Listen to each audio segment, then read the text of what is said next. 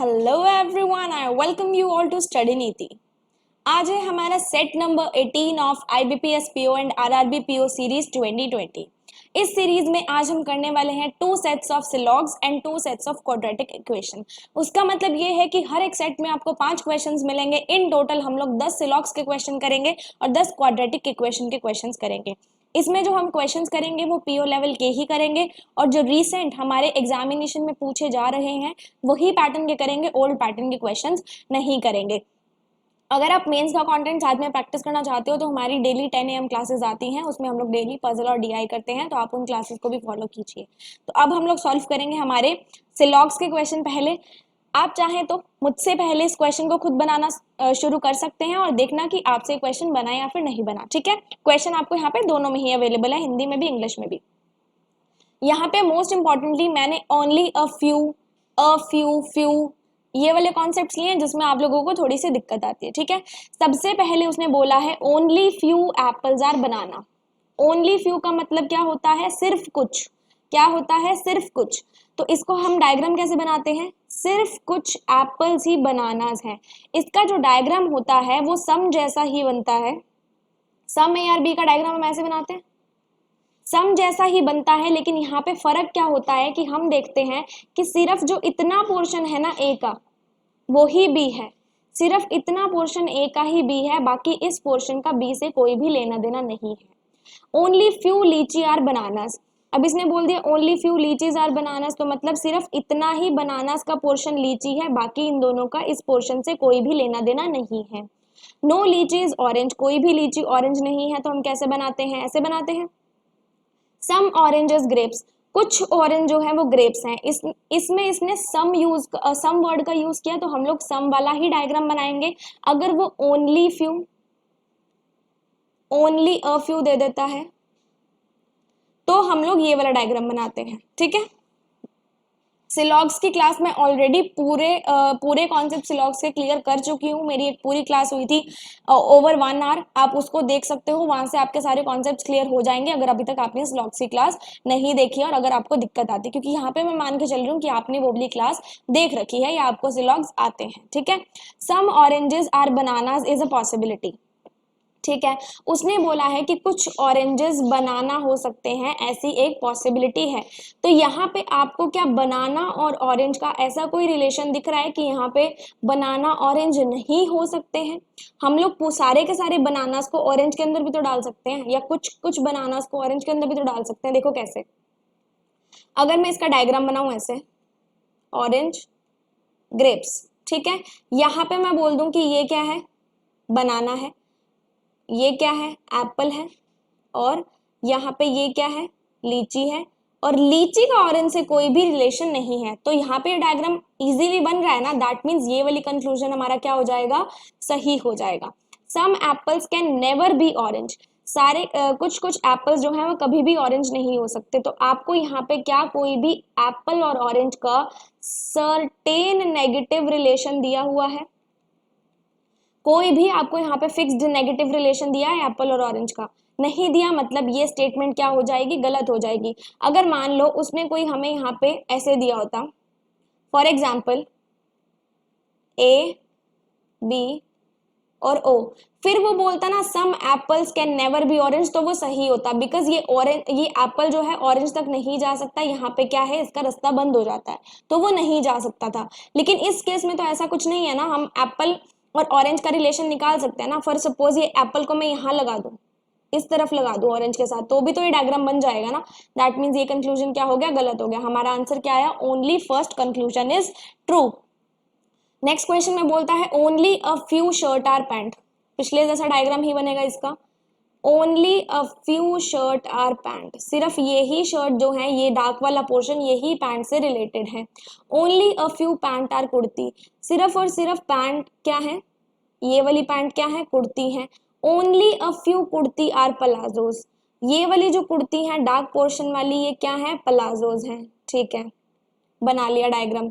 अब वो क्या बोल रहा है कंक्लूजन में? All kurti being pant is a possibility, सारी की सारी कुर्ती क्या पैंट हो सकती है? क्या ऐसी पॉसिबिलिटी है? हम लोग इसको पॉसिबिलिटी अगर वो बोलता है तो हम इसका डायग्राम बना के देख लेते हैं। उसने बोला सारी की सारी कुर्ती जो है वो क्या हो, पैंट हो, क्या हो, पैंट हो। ठीक है, हमने बना लिया, ये पैंट था, ये प्लाजो था।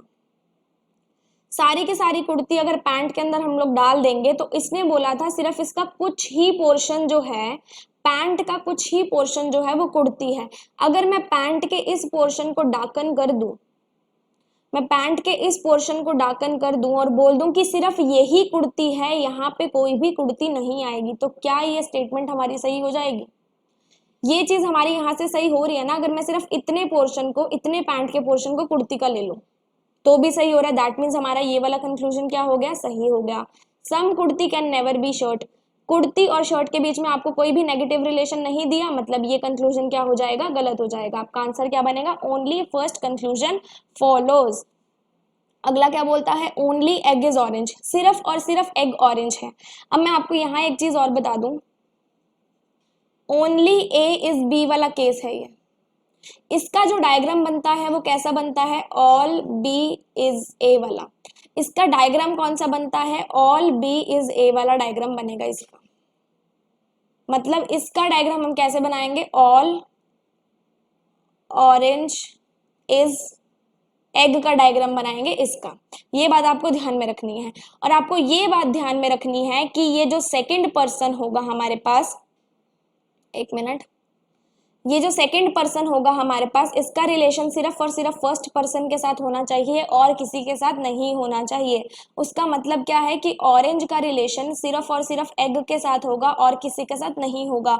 अगर उसका रिलेशन किसी और के साथ निकल आता है मतलब हमारा कंक्लूजन क्या हो जाएगा, गलत हो जाएगा। ठीक है, यहाँ पे हम बनाना शुरू करते हैं, ओनली एग इज ऑरेंज। तो इसका डायग्राम कैसे बनेगा, ऑल ऑरेंज इज एग। फिर बोला है सम एग इज ग्रेप्स, ठीक है, all tomato are grapes, all tomato are grapes, तो ऑल टमाटो यहां बन जाएगा। अब बोल रहा है सम अनियन इज टमाटो, ठीक है, बना दिया। कंक्लूजन में उसने क्या बोला, only grapes are tomato, only grapes are tomato का मतलब क्या है, इसका डायग्राम बनना चाहिए ऑल टमाटो आर ग्रेप्स। इसका डायग्राम कैसा बनना चाहिए, ऑल टमाटो आर ग्रेप्स। क्या आपको इतनी बात समझ में आ रही है? ठीक है, तो यहाँ पे अगर मैं देखूं तो आपका यहाँ पे सेकंड पर्सन का रिलेशन सिर्फ फर्स्ट पर्सन के साथ होना चाहिए और किसी के साथ नहीं होना चाहिए। अगर इस डायग्राम में आप देख रहे हो तो यहाँ पे अगर आप देखोगे तो ऑल टमाटो और ग्रेप्स का डायग्राम तो यहाँ पे बन रहा है, लेकिन यहाँ पे ग्रेप्स का रिलेशन टमाटो के साथ साथ ऑरेंज के साथ भी निकल रहा है। मतलब ये वाला कंक्लूजन क्या हो जाएगा, गलत हो जाएगा। इसको और थोड़े से एंटरटेनिंग वे में समझाऊं तो ग्रेप्स का जो रिलेशन है टी के साथ होगा, किसी बाहर वाली के साथ नहीं होगा, मतलब ओ के साथ नहीं हो सकता, क्योंकि यहाँ पे इसको क्या कर रहा है, टी को चीट कर रहा है। क्या कर रहा है, चीट कर रहा है। और अगर ये धोखा देगा, चीट करेगा, मतलब यहाँ से हमारा कंक्लूजन गलत हो जाएगा। Some grapes being orange is a possibility, उसने बोला है कि कुछ ग्रेप्स ऑरेंज हो जाएं, ऐसी पॉसिबिलिटी है।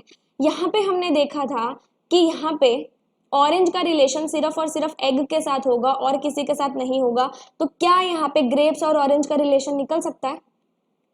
क्या यहाँ पे हम लोग ग्रेप्स और ऑरेंज का रिलेशन निकाल सकते? नहीं निकाल सकते। मतलब ये भी क्या हो गया, गलत हो गया। सेकंड पर्सन का सिर्फ फर्स्ट पर्सन के साथ रिलेशन होना चाहिए और किसी के साथ नहीं होना चाहिए। अगर हुआ तो वो क्या करेगा, चीट करेगा, धोखा देगा, हमारा आंसर गलत हो जाएगा। All eggs can never B grapes, सारे के सारे एग्स कभी भी ग्रेप्स नहीं हो सकते। इसको इसके अंदर डाल के देख लेते हैं, सारे के सारे एग्स कभी भी ग्रेप्स नहीं हो सकते। अगर मैं बोल दूं कि सारे के सारे एग्स ग्रेप्स हैं तो डायग्राम तो बन रहा है, लेकिन यहाँ पे देखो ऑरेंज का रिलेशन सिर्फ एग के साथ होना चाहिए था, लेकिन यहाँ पे ऑरेंज का रिलेशन किसके साथ और निकल रहा है, ग्रेप्स के साथ। दैट मीन्स ये सही बोल रहा है कि कभी भी किसी भी केस में सारे के सारे एग्स जो हैं वो कभी भी क्या नहीं हो सकते, ग्रेप्स नहीं हो सकते। मतलब हमारा कंक्लूजन थर्ड क्या हो जाएगा, सही हो जाएगा। क्या हो जाएगा, सही हो जाएगा। यहाँ पे हमें ऑप्शन गलत दिए गए हैं ना थोड़े से, तो यहाँ पे अगर आपके पास ऑप्शन होता ना कि ओनली थर्ड कंक्लूजन फॉलोज, तो वो आपका सही होता। यहाँ पे थोड़े से ऑप्शंस गलत हो गए, ठीक है, ऐसा कुछ ऑप्शन होता तो वो सही होता। आगे देखते हैं उसने क्या बोला है, नो फोन इज फैक्स, कोई भी फोन जो है वो फैक्स नहीं है, कोई भी फोन जो है वो क्या नहीं है, फैक्स नहीं है। Only a few letter is email, यहां से हम नहीं निकाल सकते। ऑल ईमेल इज फोन, सारे के सारे ईमेल क्या है, फोन है, तो हमने डायग्राम बना दिया। Only a few letter is email, उसने बोला, इसको मैं दोबारा से बना देती हूं, ऐसे बना था, only a few letter is email, सिर्फ और सिर्फ ये ही जो लेटर हैं ये क्या होंगे, ईमेल होंगे, अदरवाइज इनका कोई भी पोर्शन एक दूसरे के साथ कनेक्टेड नहीं होगा। कंक्लूजन में वो बोल रहे हैं सम लेटर इज फैक्स, कुछ लेटर जो है वो फैक्स हैं। क्या आपको लेटर फैक्स दिख रहे हैं, नहीं दिख रहे। नो लेटर इज फैक्स, क्या आपको यहाँ पे कोई लेटर, और इसको हम लोग ऐसे भी तो निकाल सकते हैं, जरूरी थोड़ी है कि लेटर इसके पी के अंदर ही इनक्लोज्ड है। तो यहाँ पे हम इसके अंदर एक कंक्लूजन निकाल सकते हैं कि अगर लेटर का पोर्शन पी के अंदर है, इसके अंदर है, तो वो फैक्स नहीं होगा। लेकिन अगर लेटर का पोर्शन बाहर है, यहाँ पे बाहर है, तो वो फैक्स हो सकता है, फिर इसको कोई भी रोक नहीं सकता। दैट मीन्स हमारे पास कंक्लूजन 1 भी हो सकता है, कंक्लूजन 2 भी हो सकता है। हमारा ऑप्शन क्या बनेगा, ईदर और, क्या बनेगा, ईदर और। अब इसको मैं थोड़े से ट्रिकी वे से समझाती हूँ। आप यहाँ पे पहले चेक करना, सम हो और नो हो, दोनों है, लेटर यहाँ पे हो, लेटर यहाँ पे हो, दोनों है, फैक्स यहाँ पे हो, फैक्स यहाँ पे हो, दोनों है। 90% केसेस में अगर आपके पास ऐसे दो कंक्लूजन आ जाए तो उसका आंसर हमेशा ही क्या बनता है, ईदर और बनता है। 90% केसेस की बात कर रही हूँ। अगर यहाँ पे इस डायग्राम को मैं आपको दोबारा बना के दिखाऊं, ठीक है, ये चीज थी ना, इसको ऐसे बना देते हैं तो भी ऐसा ही होगा डायग्राम, राइट। क्या यहाँ पे आपको लेटर और फैक्स का कोई भी नेगेटिव रिलेशन दिख रहा है, लेटर और फैक्स का कोई भी डायरेक्ट नेगेटिव रिलेशन दिख रहा है, नहीं दिख रहा। मतलब लेटर फैक्स हो भी सकता है और नहीं भी हो सकता, हो भी सकता है मतलब कंक्लूजन 1, नहीं भी हो सकता मतलब कंक्लूजन 2। अगर यहाँ पे ऐसे हमें दिया होता, मैं आपको सिर्फ और सिर्फ एग्जांपल्स बता रही हूँ कि आपके एग्जाम में ऐसे आ जाए, तो अगर ये लेटर पी के अंदर इनक्लोज्ड होता और डायग्राम हमारे पास ऐसे होता, तो यहाँ पे आप देख सकते हो कि ये लेटर एफ तक नहीं जा सकता, बिकॉज यहाँ पे इसका रास्ता क्या हो गया, बंद हो गया। इधर तो ये लेटर बाहर था ना, तो उसका रास्ता खुला था, इधर ये लेटर इसके अंदर है, मतलब इसका रास्ता बंद हो गया। फिर हम लोग इधर और केस नहीं लगाएंगे, चाहे ये दोनों दिए गए हों। फिर हमारा कंक्लूजन क्या बन जाएगा, यहाँ पे नो लेटर इज फैक्स, क्या बन जाएगा, नो लेटर इज फैक्स। फिर सम लेटर इज फैक्स नहीं बन पाएगा, क्योंकि यहाँ पे हमारे पास इसका डायरेक्ट नेगेटिव रिलेशन गिवन है। अगर ना गिवन हो फिर हमारा ये वाला केस अप्लाई हो जाएगा। चलते हैं नेक्स्ट क्वेश्चन पे। ऑल कंप्यूटर इज कीबोर्ड, सारे के सारे कंप्यूटर क्या है, कीबोर्ड है। सम कीबोर्ड इज माउस, कुछ कीबोर्ड माउस है। No mouse is a TV, कोई भी माउस टीवी नहीं है। Only a few computer is a mouse, उसने बोला है सिर्फ कुछ ही कंप्यूटर जो है वो माउस है। क्या है, सिर्फ कुछ ही कंप्यूटर जो है वो माउस है। तो यहाँ पे अगर आप देखोगे तो कंप्यूटर और माउस का आपको यहाँ पे कोई रिलेशन दिख रहा है, नहीं दिख रहा, मतलब ये क्या हो जाएगा, गलत हो जाएगा। Some TV being keyboard is a possibility, उसने ये बोला है कि कुछ टीवी कीबोर्ड हो सकते हैं, ऐसी पॉसिबिलिटी है। तो हम डायग्राम बना के देख लेते हैं। कुछ टीवी को कीबोर्ड में रखना है, ठीक है, और यहां पे इसने बोला था कि कुछ जो माउस है वो क्या है, कीबोर्ड है। और अगर इसका इधर से यहां से मैं नेगेटिव रिलेशन बना दूं तो क्या बन जाएगा, बन जाएगा। क्यों बनेगा, बिकॉज कीबोर्ड का कुछ पोर्शन माउस है और कुछ पोर्शन ही टीवी होगा। ऐसा नहीं है कि सारा का सारा पोर्शन ये माउस लेके जा रहा है, इन दोनों में नेगेटिव रिलेशन यहाँ से बन रहा है और यहाँ से कीबोर्ड और टीवी का भी सेटिस्फाई हो रहा है। दूसरी लैंग्वेज में बोलूं तो क्या यहाँ पे आपको कीबोर्ड और टीवी का कोई भी डायरेक्ट नेगेटिव रिलेशन दिख रहा है, कि डायरेक्ट कीबोर्ड और टीवी में कुछ क्रॉस किया जाए। अगर ये ऐसे होता फिर मैं बोल सकती थी कि कीबोर्ड टीवी तक नहीं जा सकता क्योंकि उसका रास्ता बंद हो गया। लेकिन अब डायग्राम यहाँ पे ऐसा है तो टीवी भी बाहर है, कीबोर्ड भी बाहर है, माउस तो उसका कुछ छोटा सा पार्ट है, वो हमें नहीं पता कि कौन सा पार्ट है, मतलब डायरेक्ट रिलेशन हमें यहाँ पे गिवन नहीं है। दैट मीन्स ये पॉसिबिलिटी हमारी सही हो सकती है, कुछ टीवी कीबोर्ड हो सकते हैं। दैट मीन्स हमारा कंक्लूजन, हमारा जो सेकेंड कंक्लूजन है वो ही फॉलो करेगा। ऑल हाउस आर बिल्डिंग, सारे के सारे हाउस क्या है, बिल्डिंग है। Only a few building are office, ठीक है। No office is a school, some house are not school, कुछ हाउस जो है वो स्कूल नहीं है, इसको भी देख लेते हैं। उसने बोला कि कुछ हाउस जो है वो स्कूल नहीं है। अगर हमें ये देखना है कि कुछ हाउस स्कूल नहीं है तो हमें कैसे पता चलेगी ये बात? उसने हमसे यहाँ पे सर्टेनिटी पूछी है। क्या पूछी है? सर्टेनिटी पूछी है उसने हमसे यहाँ पे। क्या हम यहाँ पे डायरेक्टली बता सकते हैं कि हाउस और स्कूल का कोई नेगेटिव रिलेशन है? क्या हम यहाँ पे डायरेक्टली बता सकते हैं कुछ भी? ये जो स्कूल है ये हाउस हो भी सकते हैं और नहीं भी हो सकते हैं। अगर उसने ये बोला होता some house are not school is a possibility, फिर केस बदल जाता। यहाँ पे उसने सर्टेनिटी पूछी है, आपको क्या यहाँ पे कोई सर्टेनिटी दिख रही है सम वाले केस की? नहीं दिख रही, मतलब ये वाला कंक्लूजन क्या हो जाएगा? गलत हो जाएगा। हमारा हाउस और स्कूल का रिलेशन निकल सकता है अगर मैं इसको यहाँ पे ऐसे रख दूं तो। अगर मान लो मैं इसको ऐसे बना दूं स्कूल को, और यहाँ पे इसको ऐसे बना दूं ऑरेंज को, और इन दोनों का रिलेशन गड़बड़ा जाएगा यहाँ से, तो क्या ये डायग्राम सही बनेगा हमारी स्टेटमेंट के हिसाब से? बिल्कुल सही बनेगा। मतलब ये चीज भी पॉसिबल है और ना हो वो भी पॉसिबल है। दैट मीन्स यहाँ पे हमारे पास कुछ भी सर्टेन नहीं है। ये कंक्लूजन गलत हो गया। All house can never B office, सारे के सारे हाउस जो है कभी भी ऑफिस नहीं हो सकते। क्या नहीं हो सकते? कभी भी ऑफिस नहीं हो सकते। तो आप ये मुझे बताओ कि क्या सारे के सारे हाउस कभी भी ऑफिस नहीं हो सकते? इसको हाउस को ऑफिस के अंदर डाल के देख लेते हैं एक बार। सारे के सारे हाउस क्या है? ऑफिस है। और उसने बोला था कि सारे के सारे हाउस क्या है? सारे के सारे हाउस क्या है? यहाँ पे बिल्डिंग है, और बिल्डिंग का कुछ पोर्शन ही क्या है? अगर मैं बोलूं ये वाला बिल्डिंग का कुछ पोर्शन ऑफिस बन जाए तो क्या ये स्टेटमेंट हमारी सही बनेगी? बिल्कुल बनेगी। हम यहाँ पे नहीं बोल सकते कि सारे के सारे हाउस कभी भी ऑफिस नहीं हो सकते, बिकॉज हमें यहाँ पे कोई भी डायरेक्ट नेगेटिव रिलेशन नहीं दिया। इस डायग्राम के अकॉर्डिंग बनाए तो हमें ये डायग्राम भी सही बन रहा है। दैट मीन्स ये वाला कंक्लूजन भी क्या हो जाएगा? गलत हो जाएगा। अगर यहाँ पे ऐसे होता all house can be office, तो हमारा कंक्लूजन क्या हो जाता? सही हो जाता। क्या हो जाता? सही हो जाता, बिकॉज हमारा ये वाला डायग्राम यहाँ से सही बन रहा था। तो आपके दोनों ही कंक्लूजन गलत हो गए, नीदर वन नॉर टू। अगली देखते हैं, only a few land are water. कुछ लैंड क्या है? वाटर है। सिर्फ कुछ, ये वाली मतलब। ऑल एयर इज लैंड, ये डायग्राम छोटा रहेगा ना, यहाँ से बना लेते हैं।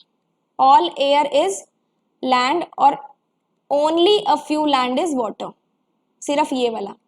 Only a few sky are water, सिर्फ और सिर्फ इतना स्काई ही वाटर है। ऑल रेन इज स्काई, सारी की सारी रेन क्या है?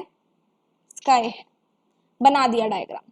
सम air can never be water, क्या आपको सबसे पहले यहाँ पे देखो, सबसे पहले आप यहाँ पे क्या देखोगे कि यहाँ पे आपको कोई भी ऐसा डायग्राम दिख रहा है? नहीं दिख रहा। नहीं दिख रहा, मतलब यहाँ पे कैन नेवर बी वाली कंडीशन गलत होने के ज्यादा चांसेस हैं। क्यों ज्यादा चांसेस हैं? हमें यहाँ पे कोई भी नेगेटिव रिलेशन नहीं दिया, इस करके हम लोग चेक भी कर लेते हैं। All air can never be water, हमें इसमें ये शो करना है ना कि some air can never be water. तो इसमें देखो, अगर मैं एयर यहाँ पे बना दूं, वाटर यहाँ पे बना दूं, और उसने बोला था सारी की सारी एयर क्या है? लैंड है, तो लैंड हमारी यहाँ से भी बन सकती है। और लैंड का सिर्फ कुछ ही पोर्शन क्या है? वाटर है। लैंड का सिर्फ ये वाला पोर्शन ही क्या है? वाटर है। तो हमारी ये वाली स्टेटमेंट सही बनी। दैट मीन्स ये कंक्लूजन क्या हो गया? गलत हो गया। सीधी सी बात ये देख लो ना, अगर कोई भी नेगेटिव रिलेशन नहीं है मतलब यहाँ पे कैन नेवर बी वाला केस पॉसिबल हो ही नहीं सकता। आपकी कंक्लूजन गलत होंगे, फिर भी हम लोग क्रॉस चेक कर लेते हैं। All rain can never be water, सारी की सारी रेन कभी भी वाटर नहीं हो सकती। देख लेते हैं, सारी की सारी रेन को वाटर के अंदर डाल दो, और वाटर का रिलेशन, और सारी की सारी रेन क्या थी? स्काई थी, और कुछ पार्ट ही स्काई का क्या था? वाटर था। तो क्या ये डायग्राम हमारा सही बन गया? बन गया। दैट मीन्स ये वाली पॉसिबिलिटी क्या हो गई? गलत हो गई। तो दोनों ही पॉसिबिलिटीज यहाँ से नहीं बन रही है सही, दोनों ही कंक्लूजन हमारे क्या हो गए? यहाँ से गलत हो गए। आपको क्या देखना है? अगर कैन नेवर भी आ जाए या नॉट आ जाए वर्ड, और यहाँ पे कोई भी इस तरीके की लाइन नहीं हो इनके रिलेशन में, दैट मीन्स दोनों कंक्लूजन आपके गलत ही होने वाले हैं। फिर भी क्रॉस चेक करके आप देख सकते हो। ऑल रुपीज आर जेम्स, सारे के सारे रुपीज क्या है, जेम्स हैं। ऑल बैंक आर रुपीज, सारे के सारे बैंक रुपीज हैं। All coins are gems, all coins are gems, तो ऑल कॉइन्स आर जेम्स, ठीक है। Some bank are not gem, क्या आपको बैंक और जेम के बीच में ऐसी कोई लाइन दी गई है? नहीं दी गई, मतलब ये क्या हो जाएगा, गलत हो जाएगा। No coin is a bank, कोई भी कॉइन बैंक नहीं है। क्या इन दोनों के बीच में कोई भी इस तरीके की लाइन दे रखी है? नहीं दी हुई। कोई भी नेगेटिव रिलेशन दिया हुआ है? नहीं दिया हुआ, मतलब ये वाला जो आपका कंक्लूजन है ये भी क्या हो जाएगा, गलत हो जाएगा। तो आपके दोनों ही कंक्लूजन यहाँ से फॉलो नहीं कर रहे हैं। जब भी नॉट या नो आ जाए तो आपको ये देखना है कि कोई भी इनमें नेगेटिव रिलेशन हो रहा है तो सही होगा। हम देख सकते हैं अगर कोई भी इनमें नेगेटिव रिलेशन नहीं है तो मतलब ये दोनों सीधा सीधा ही गलत हो जाएंगे। A few bed are sofa, ठीक है, देख लेते हैं। अच्छा एक चीज बताती हूँ, यहाँ पे ओनली वर्ड नहीं यूज किया ना, अ फ्यू यूज किया ना। अ फ्यू का डायग्राम भी कैसे बनता है, सम जैसा ही बनता है। हम लोग यहाँ पे कोई भी पोर्शन डाकन नहीं करते हैं। No sofa is a couch, ठीक है। All couches are arecas, all couches are arecas, ठीक है। सम एरेकास आर बेड, कुछ एरेकास बेड हैं। क्या कुछ एरेकास आपको यहाँ से बेड दिख रहे हैं? नहीं दिख रहे हैं, मतलब ये गलत हो जाएगा। No sofa is an areca, क्या कोई भी सोफा आपको यहाँ से अरेका दिख रहा है? ऐसा कुछ भी रिलेशन नहीं है। हम इसका डायग्राम ऐसे भी तो बना सकते हैं, इसका डायग्राम ऐसे भी बन सकता है। तो फिर सोफा तो अरेका हो जाएगा, मतलब ये क्या हो गया, ये भी गलत हो गया। सम अरेकाज आर नॉट सोफा, उसने बोला है कि कुछ अरेकाज सोफा नहीं है, तो ये सही होगा। बताओ कैसे सही होगा। यहां से आप देखो कि सारे के सारे सोफा जो थे वो काउच नहीं थे, मतलब ये जो है इन इन इस पोर्शन का काउच सोफा का, इस काउच के पोर्शन का सोफे के साथ कोई भी लेना देना नहीं है। मतलब अगर ये पोर्शन सोफा नहीं हो सकता, दैट मीन्स कुछ अरेकास जो हैं वो क्या नहीं होंगे, सोफा नहीं होंगे। क्यों नहीं होंगे? क्योंकि काउच और सोफा का रिलेशन यहाँ पे क्या था, नेगेटिव था। तो हमारी ये वाले कंक्लूजन क्या हो गया, सही हो गया। आई होप आपको ये भी समझ में आ गया होगा। लास्ट पे चलते हैं। सम 8 आर 9, कुछ 8 जो है वो क्या है, 9 है। ओनली अ फ्यू 10 आर 5, यहाँ से नहीं बना सकते। नो 5 इज अ 9, कोई भी 5 9 नहीं है। और only a few 10s are 5, only a few मतलब सिर्फ इतना ही पोर्शन 10 का क्या है, 5 है। सम 5s being 8 is a possibility, कुछ 5 8 हो सकते हैं, ऐसी पॉसिबिलिटी है। क्या आपको 5 और 8 के बीच में यहाँ पे कोई नेगेटिव रिलेशन दिख रहा है? डायरेक्ट नहीं दिख रहा, मतलब ये वाला ऑप्शन हमारा क्या हो जाएगा, सही हो जाएगा। नो 10 इज अ 9, कोई भी 10 क्या है, 9 नहीं है। क्या आपको इन दोनों के बीच में कोई डायरेक्ट नेगेटिव रिलेशन दिख रहा है? नहीं दिख रहा, मतलब ये वाला भी ऑप्शन क्या हो जाएगा, सही हो जाएगा। क्या हो जाएगा, सही हो जाएगा। मतलब यहाँ पे आप क्या बोल सकते हो, नो 10 इज अ 9 तो हमने सही किया बिकॉज यहाँ पे कोई भी डायरेक्ट नेगेटिव रिलेशन नहीं था। अगर मान लो यहाँ पे लिखा होता सम 10 आर नॉट 9, क्या लिखा होता, सम 10 आर नॉट 9 लिखा होता, फिर आप कहते कि ये सही है। बताओ सही क्यों है? क्योंकि 10 का ये वाला पोर्शन किसमें है, 5 में है, और 5 का 9 के साथ रिलेशन नहीं है, तो ये वाला पोर्शन जो 10 का होता वो 9 तो बिल्कुल भी नहीं हो सकता था। तो फिर ये चीज सही हो जाती कि सम 10 आर नॉट 9। लेकिन यहाँ पे उसने बोला है नो 10 इज अ 9, कोई भी 10 9 नहीं है। अगर कोई भी का हमें देखना है तो हमें डायरेक्ट नेगेटिव रिलेशन देखना पड़ेगा, जबकि यहाँ पे नहीं आ रहा है। दैट मीन्स हमारे दोनों कंक्लूजन ही क्या होंगे, फॉलो करेंगे। क्या आपको यही चीज भी समझ में आ गई?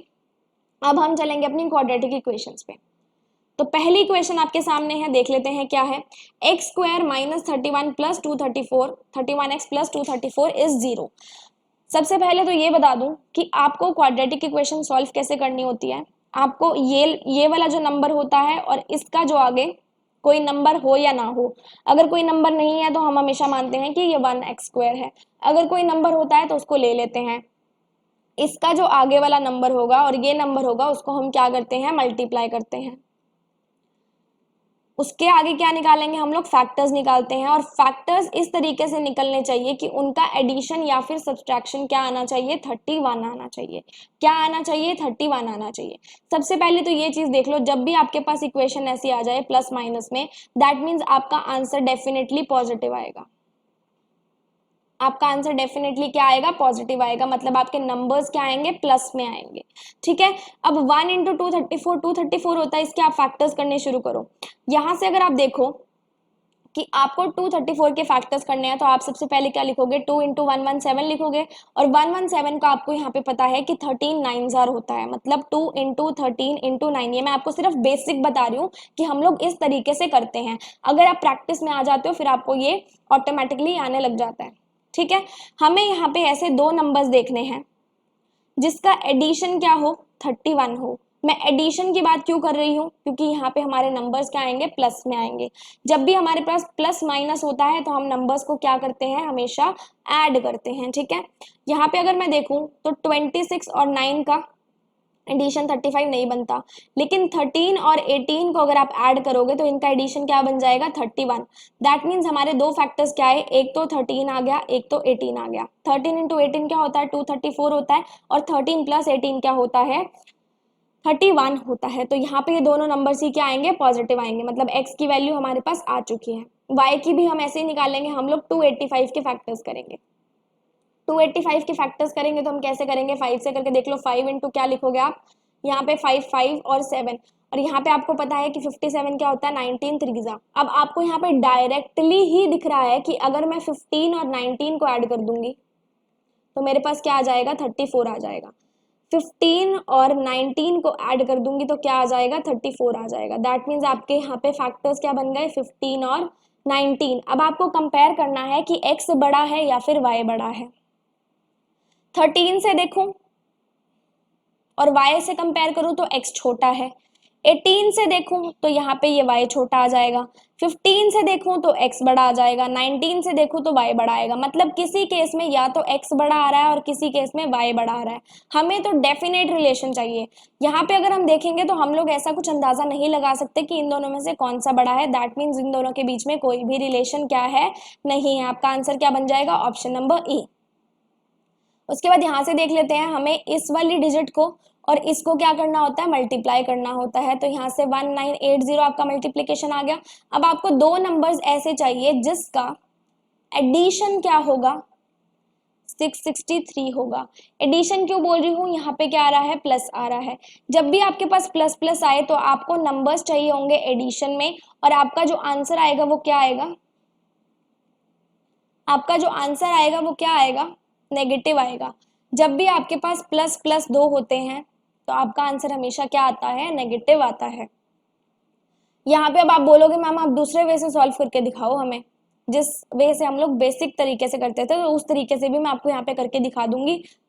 लेकिन जो हम लोग एग्जामिनेशन में अप्रोच अप्लाई करते हैं पहले उससे करके देखते हैं ये वाला क्वेश्चन।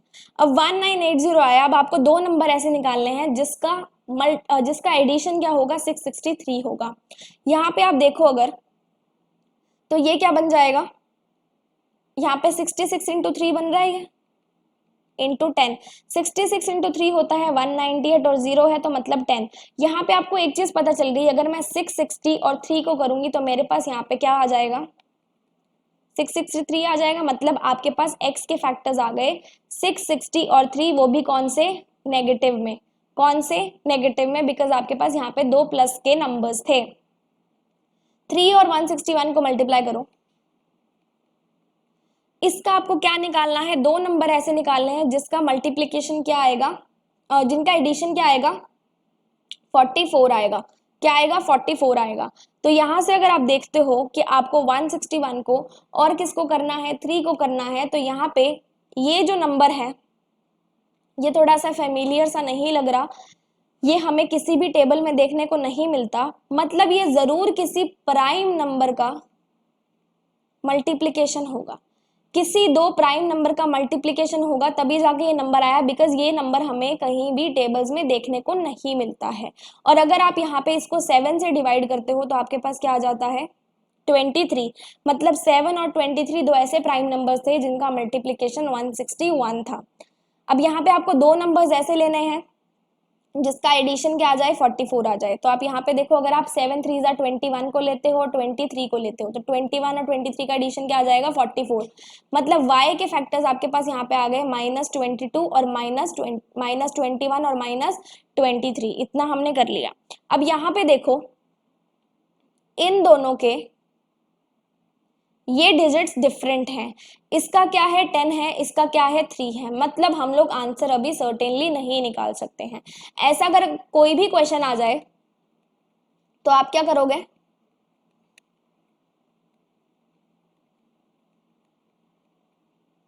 जो x का होगा उसको मल्टीप्लाई कर दोगे y से, और जो y का होगा उसको मल्टीप्लाई कर दोगे x से।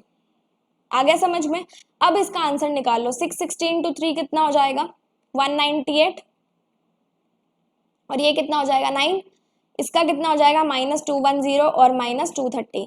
अब यहाँ से आप x और y का रिलेशन निकालो कि इनमें से कौन सा बड़ा है और कौन सा छोटा है। सिंस आपको यहाँ से दिख रहा है कि अगर मैं इसको देखूंगी तो हमारे पास x छोटा आएगा, अगर इसको देखूंगी तो x बड़ा आएगा, दैट मीन्स यहाँ पे x बड़ा भी आ सकता है और छोटा भी आ सकता है। तो मतलब x और y में कोई भी रिलेशन यहाँ पे हम लोग नहीं बिल्ड कर सकते हैं। अब मैं चलूंगी नेक्स्ट क्वेश्चन पे, और उसको मैं थोड़ा सा बेसिक से करके बताऊंगी, ठीक है। यहाँ पे हमारे पास इक्वेशन थी 5x² प्लस 87x प्लस 378।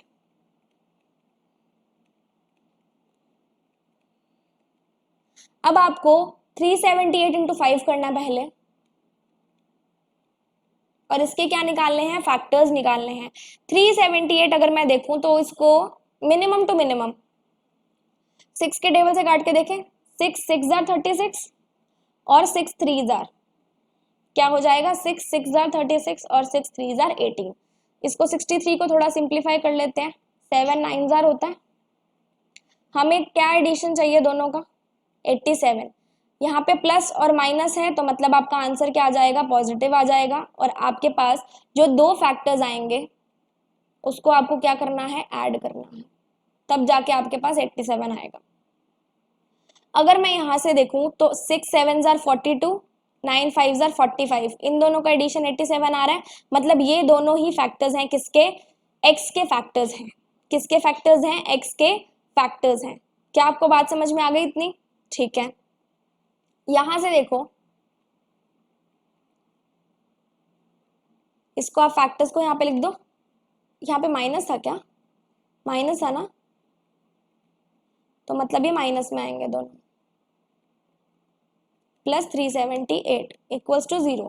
अब आप 5 कॉमन लो, और सॉरी x कॉमन लो। अब क्या लिखोगे, 5x माइनस 42, और इधर से आप क्या लोगे कॉमन, इधर से आप क्या कॉमन ले सकते हो 3, 9 से जा रहा है ना ये आ जाएगा 5x माइनस 42। तो ये चीज कॉमन आ गई, तो ये कॉमन को ऐसे लिख दो, और ये क्या आ गया, मल्टीप्लीकेशन में इक्वल्स टू 0। x की वैल्यू या तो आपके पास 9 आएगी या आपके पास क्या आएगी -42/5। सिमिलरली आप y की भी ऐसे ही निकाल सकते हो, फिर दोनों को कंपेयर कर लेना। लेकिन अगर मैं आपको अब शॉर्टकट तरीके से बताऊं तो आप कैसे करोगे, आपके पास फैक्टर्स आ गए 42 और 45 x के, y के भी आप फैक्टर्स निकाल लो। कैसे निकालोगे, 200 इंटू 3 क्या होता है 600, और 600 का तो आपको डायरेक्टली पता होगा 24 इंटू 25 होता है। क्या होता है 24 इंटू 25, और दोनों का एडिशन भी क्या होता है 49। अगर आप रेगुलर प्रैक्टिस में हो तो एकदम से आपके माइंड में स्ट्राइक करेगा कि 24 इंटू 25 अगर हम करेंगे तो 600 आएगा, दोनों को प्लस करेंगे तो 49 आएगा। मतलब यहाँ पे आपके पास y के कौन कौन से फैक्टर्स बन गए, 24 और 25। अब x का जो यहाँ पे ये डिजिट दोनों की डिफरेंट है 5 और 3, तो x की लिख दो y में और y की लिख दो x में, x की y में y की x में लिख दिया। अब इसका यहाँ से आप आंसर निकालो, 42 इंटू 3 कितना होता है 6, ये कितना होता है 135, ये हो जाएगा 120, ये हो जाएगा 125। अगर आप कंपेयर करोगे तो यहाँ पे आप इनका कोई भी रिलेशन नहीं निकाल पाओगे, बिकॉज इस केस में x बड़ा है y से, इस केस में भी आप यहाँ पे रिलेशन निकाल सकते हो ना, हाँ आप यहाँ पे रिलेशन निकाल सकते हो, क्योंकि इस केस में भी x बड़ा है y से, इस केस में भी x बड़ा है y से, और ये y जो है ये दोनों ही डिजिट से क्या है, छोटा है। मतलब यहाँ पे आपका क्या केस बन जाएगा, x is greater than y, क्या बन जाएगा, x is greater than y, क्योंकि ये दोनों डिजिट्स इन दोनों डिजिट से क्या है, बड़ी है। अब इसको करने का मैं एक बहुत ही आसान सा तरीका बताऊंगी जिसमें आपका विद इन सेकेंड्स आंसर होगा। सबसे पहले आपको देखना है कि यहाँ पे माइनस होना चाहिए, यहाँ पे प्लस होना चाहिए, जो कि हमारे पास है। ये माइनस है, इसका कोई नहीं इलाज हम लोग कर लेंगे। माइनस प्लस का आंसर क्या आता है, पॉजिटिव आता है। ठीक है, सबसे पहले इसको देखेंगे, जो आपको सेंटर में दे रखा हो ऐसा उसको अलग अलग लिख दो, और जो ये हो एक्स स्क्वायर से पहले डिजिट हो उससे इसको डिवाइड कर दो। वाई का भी आपको ऐसे ही करना है, जो ये दोनों डिजिट्स हैं उनको आप लिख दो। यहाँ पे -17 है तो माइनस ही लिखोगे, और जो ये डिजिट है वाई स्क्वायर से पहले उससे इसको क्या कर दो, डिवाइड कर दो। क्या आपको इतनी बात समझ में आ गई? अगर कभी भी हमारे पास आंसर जो है, स्टेटमेंट जो है वो माइनस माइनस में होती है, तो उसका जो एक फैक्टर होता है वो प्लस में आता है, और एक फैक्टर जो होता है वो किस में आता है, माइनस में आता है। ठीक है, इसको कट करेंगे तो 2 आएगा, इसको कट करेंगे तो क्या आ जाएगा, 3 आ जाएगा। क्या आ जाएगा, 3 आ जाएगा। क्या आपको इतना समझ में आ गया? अब आप इससे कंपेयर करो कि आपके पास यहाँ पे कौन सी डिजिट बड़ी है और कौन सी डिजिट क्या है, छोटी है। कौन सी डिजिट आपकी यहाँ पे बड़ी है और कौन सी डिजिट आपकी यहाँ पे छोटी है। अगर आप यहाँ से अंदाजा लगाने की कोशिश करोगे तो एक केस में आपके पास x बड़ा आ जाएगा, फिर दूसरे केस में आपके पास y बड़ा आ जाएगा। यहाँ से देखूं तो आपके पास y बड़ा आ रहा है, डन। अगर मैं यहाँ से देखूं तो आपके पास इसको कंपेयर करें तो x बड़ा आ रहा है, मतलब चारों डिजिट को जब हम कंपेयर करेंगे तो किसी केस में x ज्यादा आएगा, किसी केस में y ज्यादा आएगा। अगर ऐसा कोई केस बनता है तो आपका आंसर क्या हो जाता है, इन दोनों का रिलेशन हम लोग नहीं निकाल सकते हैं। क्या आपको इतनी बात समझ में आ गई? डन, चले आगे। एक्स स्क्वायर -3481 इक्वल्स टू 0, इसको इधर ले जाओ। एक्स स्क्वायर किसके बराबर आ गया, 3481 के बराबर आया। ये किसका स्क्वायर होता है, ये किसका स्क्वायर होता है 3481? फटाफट से बताओ मुझे। 3481 आपके पास यहाँ पे किसका स्क्वायर होता है, 59 का, 59 का होता है। और जब भी आपके पास ऐसा स्क्वायर आता है तो उसके दो यहाँ पे पॉसिबिलिटीज बनती हैं, प्लस में भी आंसर हो सकता है और माइनस में भी हो सकता है। बिकॉज अगर आप 59 का स्क्वायर लोगे तो भी 3481 आएगा, -59 का स्क्वायर लोगे तो भी 3481 ही आएगा। स्क्वायर में अगर आ जाए तो प्लस माइनस में हमेशा आंसर निकलता है। 3y square equals to cube root of 1216000। Done. 216 किसका क्यूब रूट होता है, 6 का। 000 किसका होगा, 10 का। मतलब 3y स्क्वायर किसके बराबर आ गया, 60 के। y स्क्वायर किसके बराबर आ गया, 20 के।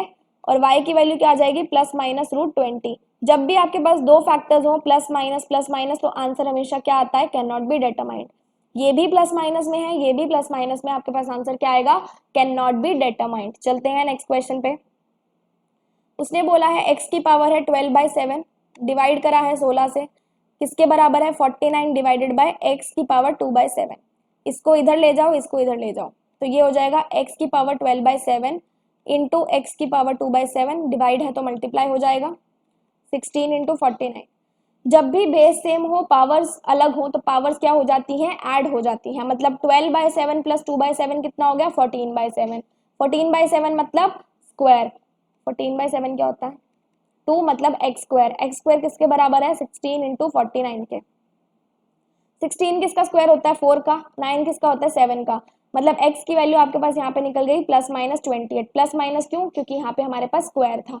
सिमिलरली y की अगर हमें वैल्यू निकालनी है तो y 31/7 है, इंटू y 4/7 है, इंटू 9 है, equals to 324 into y cube. यहाँ से आपके पास बेस सेम है, पावर क्या हो जाएगी, ऐड हो जाएगी। 31/7 प्लस 4/7 कितना हो जाएगा, 35/7। ये कितना हो जाएगा, 5। मतलब y की power 5 into 9 equals to 324 into y की पावर 3।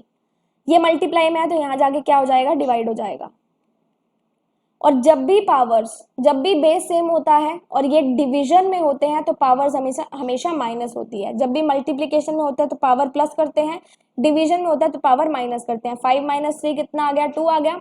और यहाँ पे आप क्या करो, 324 इंटू और डिवाइडेड बाय 9, 9 को आप ले जाओ इधर, ये कितना आ जाएगा, 9 3 जार 27, 9 6 जार, तो y की वैल्यू आपके पास आ गई +-6। और अभी मैंने आपको बताया था अगर आपके पास दोनों ही डिजिट प्लस माइनस में आ जाए तो आपका आंसर हमेशा क्या होता है, कैन नॉट बी डिटरमाइंड होता है। क्या होता है, कैन नॉट बी डिटरमाइंड होता है। नेक्स्ट पे चलते हैं। नेक्स्ट में उसने क्या बोला है हमें, 5x² + 12x - 9 = 0। यहाँ पे हमारे पास प्लस माइनस है, क्या है, प्लस माइनस है। मैंने आपको बताया था जब आपके पास माइनस प्लस हो तो आपका आंसर क्या आता है, पॉजिटिव आता है। और क्या बताया था, जब आपके पास प्लस प्लस हो तो आपका आंसर क्या आता है, नेगेटिव आता है। और हमने किस चीज की बात करी थी यहाँ पे, माइनस माइनस हो तो आपका क्या आंसर आता है, तो भी प्लस माइनस की फॉर्म में आता है, एक पॉजिटिव आता है एक नेगेटिव आता है। और अगर यहाँ पे आपके पास प्लस माइनस हो तो भी आपका आंसर एक फैक्टर का पॉजिटिव आएगा, एक फैक्टर का नेगेटिव आएगा। मतलब यहाँ पे आप एक टेबल बना लो, स्टेटमेंट में जब आपको दिया हो माइनस प्लस तो आपके जो दो फैक्टर्स आएंगे वो आएंगे प्लस प्लस में। स्टेटमेंट में दिया हो प्लस प्लस तो आपके दोनों फैक्टर्स क्या आएंगे, नेगेटिव आएंगे। स्टेटमेंट में दिया हो माइनस माइनस तो आपका एक फैक्टर प्लस का आएगा, एक फैक्टर माइनस का आएगा। और अगर प्लस माइनस दिया हो तो एक फैक्टर प्लस का आएगा, एक फैक्टर क्या आएगा, माइनस का आएगा। मतलब ये आंसर्स हैं और ये स्टेटमेंट है जो हमें ये स्टेटमेंट दी गई होती है। अब इसने बोला प्लस माइनस, मतलब हमारा आंसर किस में आएगा, प्लस माइनस में आएगा। हमें देखना है 5 × 9 कितना होता है, 45 होता है। अब 45 होता है तो जब हम इसके फैक्टर्स निकालेंगे, इस केस में हमेशा हमें जो फैक्टर्स होते हैं वो माइनस करने होते हैं। क्या करने होते हैं, फैक्टर्स माइनस करने होते हैं। अगर हम लोग फैक्टर्स माइनस करके देखें, मतलब आपको 12 चाहिए तो आपके पास फैक्टर्स कैसे कैसे बन सकते हैं, 14 - 2, 20 - 6 12, 20 - 8 12 आता है, 18 - 6 12 आता है, और क्या आता है 24 - 12 12 आता है। तो आपको इस तरीके के फैक्टर्स यहाँ पे चाहिए होंगे। 9 5 = 45, यहाँ पे आपको पता है 15 बनेगा और 3 बनेगा, तो 15 - 3 भी तो 12 होता है ना। दैट मीन्स आपके पास एक फैक्टर क्या आ गया, 15 आ गया, और एक फैक्टर क्या आ गया, 3 आ गया। और जब भी यहाँ पे प्लस का निशान है, यहाँ पे माइनस का निशान है, तो आप हमेशा क्या करोगे, आप हमेशा यहाँ पे जो भी आपकी बड़ी डिजिट होगी, क्या होगी, बड़ी डिजिट होगी, उसके सामने आप माइनस लगा दोगे। जो भी आपका फैक्टर बड़ा आएगा उसको आप नेगेटिव करोगे। क्या आपको इतनी बात समझ में आ गई। अब हम लोग y का देख लेते हैं। 6 8 जार कितना होता है, 48 होता है। यहाँ पे माइनस माइनस है, मतलब हमारा एक फैक्टर पॉजिटिव आएगा, एक फैक्टर क्या आएगा, नेगेटिव आएगा। एक फैक्टर पॉजिटिव आएगा, एक फैक्टर नेगेटिव आएगा। यहाँ पे हमारे पास कौन कौन से केसेस बन सकते हैं, 16 3 जार, 16 - 3 क्या होता है, 13 होता है। तो एक फैक्टर आपका आ गया 16, एक फैक्टर आपका क्या आ गया, 3 आ गया। और जब भी माइनस माइनस हो तो आपका फैक्टर कौन सा माइनस का बनेगा, जो छोटा होगा। कौन सा होगा, छोटा होगा। ये मैं बता देती हूँ इसका रीजन क्या है। आप इसको ऐसे लिखोगे, ऐसे लिखोगे, 3 कॉमन लोगे, 3y, sorry 2y, 3y - 8 plus 1 common लोगे, 3y - 8 = 0। यहाँ पे आपके पास y का आ गया -1/2 और y की वैल्यू क्या आ गई, 8/3। क्या आ गई, 8/3। अभी हमने इसको वो भी तो करना है, जो x के आगे हो उसको y से मल्टीप्लाई कर दो, जो y के आगे हो उसको x से मल्टीप्लाई कर दो। x के आगे 5 था तो 5 यहाँ पे, y के आगे 6 था तो 6 यहाँ पे। 15 6 = 90, 6 3 = 18, 6 5 = 80 -15। अब कंपेयर करो कि कौन सा बड़ा है और कौन सा छोटा है। आपके पास यहाँ पे डिजिट्स किस फॉर्मेट में आ रही हैं, प्लस माइनस के फॉर्मेट में आ रही है, मतलब आपका आंसर क्या हो जाएगा, कैन नॉट बी डिटरमाइंड हो जाएगा। क्या हो जाएगा, कैन नॉट बी डिटरमाइंड हो जाएगा।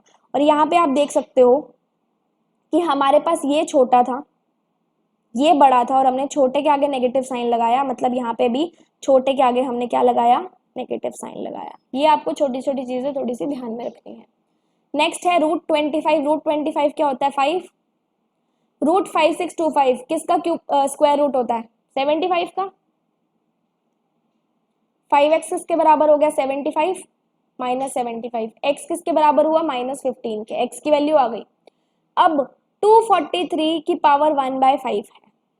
243 की पावर 1/5 का यहाँ पे मतलब क्या हुआ कि आपको एक ऐसा नंबर चाहिए जिसको अगर आप 5 बार मल्टीप्लाई करोगे तो आपके पास जाके क्या आता है? 243 आता है। अगर आप यहाँ से देखोगे तो 3 को अगर आप 5 बार मल्टीप्लाई करोगे तो आपके पास क्या आएगा? 243 आ जाएगा।